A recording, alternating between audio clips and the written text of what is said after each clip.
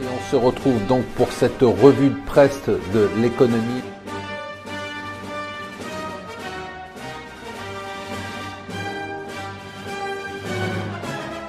Bonjour et bienvenue sur Mon Financier pour la revue de presse de l'Écho. Nous sommes le vendredi 8 décembre. Alors la nouvelle du jour, elle vient de tomber, c'est qu'on a eu un accord sur le Brexit entre la Grande-Bretagne et l'Union européenne. Ça y est, Theresa May a débarqué ce matin à Bruxelles. Elle s'est mise d'accord avec Jean-Claude Juncker. Toutes les conditions préalables pour l'entrée en phase 2 des négociations, c'est-à-dire les négociations commerciales, sont levées. Ça y est, ça peut démarrer. C'est quand même une nouvelle très importante. Alors en une du Financial Times, tout d'abord le délire qui continue sur le Bitcoin, 15 000 dollars. Alors le Financial Times nous dit même que sur une plateforme Coinbase, qui est la plateforme la plus importante sur le Bitcoin, on est passé de 17 000, en 20 minutes, de 17 000 à 19 000 pour redescendre à 15 000, complètement dingue.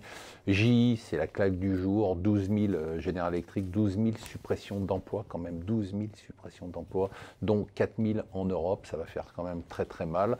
L'autre nouvelle qui est plutôt bonne là pour l'Europe, c'est le SPD, donc Martin Schulz, le patron du SPD, qui est en train de négocier avec Angela Merkel en ce moment pour la coalition gouvernementale, qui dit en fait il faut aller beaucoup plus loin en Europe, beaucoup plus loin sur la zone euro. Son avis est très proche de celui d'Emmanuel Macron, et encore plus loin sur le reste de l'Union européenne, et créer d'ici 2025 les États-Unis d'Europe. Rien que ça, c'est quand même énorme.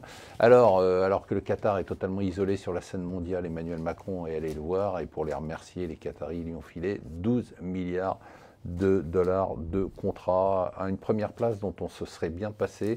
On est le champion européen de la pression fiscale, du fait notamment de nos charges sociales. Franchement, ça, on aurait aimé ne pas être premier.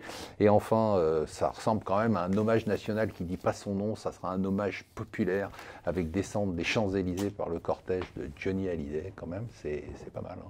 Voilà, je vous souhaite une excellente journée. Surtout, n'oubliez pas, ce soir à 19 h, on va avoir un C'est votre argent exceptionnel, justement, avec de la musique de Johnny Hallyday.